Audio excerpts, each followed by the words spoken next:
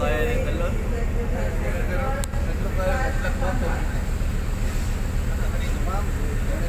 one driver. Rescue.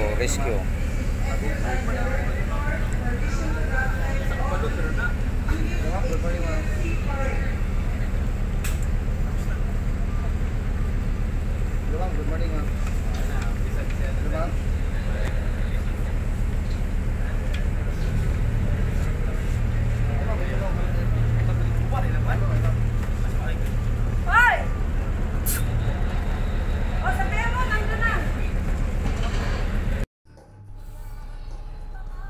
So ngayon guys, dito na ngayon sila sa nadaan na po siya dito sa may gilid sa pantalan kasi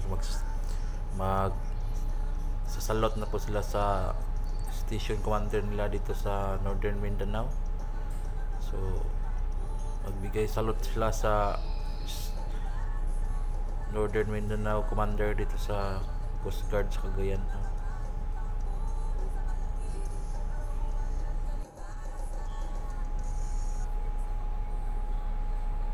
So ito guys, ito na po yun si Maritime Police. So ito yung mga police natin sa Karagatan, no? So magbibigay din salot din sila sa commander din nila ito sa Cagayan. Yan yung Maritime Police.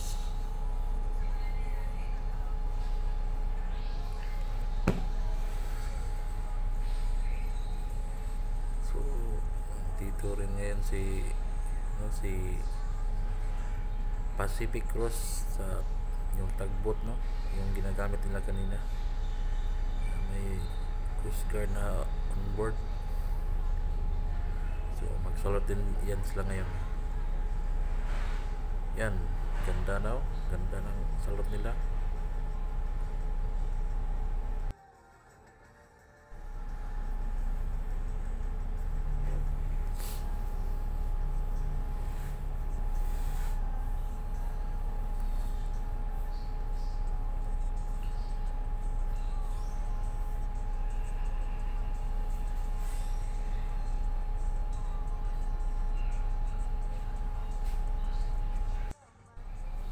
Guys, nandito naman ngayon si Coastcon Champion, no?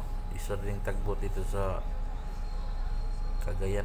So meron din yung mga onboard na Coast Guard. So nagsasalot din sila, no, sa commander nila dito sa Northern Mindanao. So ayun. So yun, nandun yung commander nila doon.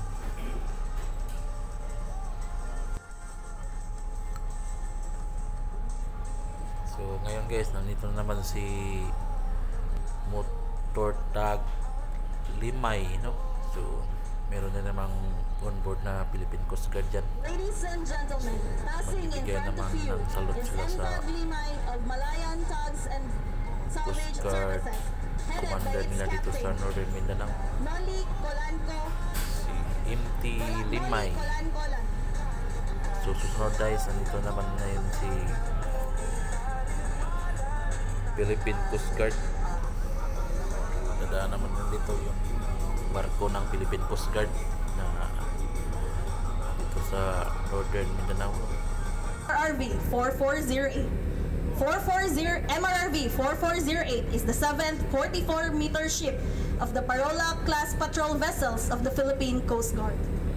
Built and delivered by the Japan Marine United Corporation, Yokohama Shipyard in Japan, and acquired by the Philippine government through a 7.3 billion pesos loan agreement agreed into with the Japan International Cooperation Agency or JICA in 2013 in southern part of Davao Oriental. MRRV 4408 was commissioned on March 28, 2018, held at National Headquarters, Philippine Coast Guard in Manila.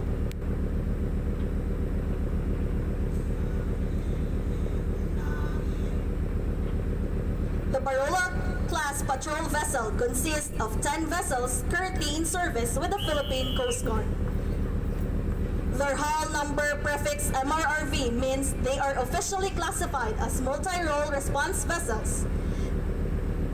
They are named primarily after lighthouses in the Philippines, with the Filipino word parola, meaning lighthouse in English. Passing in front of you is MRRV 4408 BRP Cape San Agustin with its captain, Captain George Maganto, Philippine Coast Guard.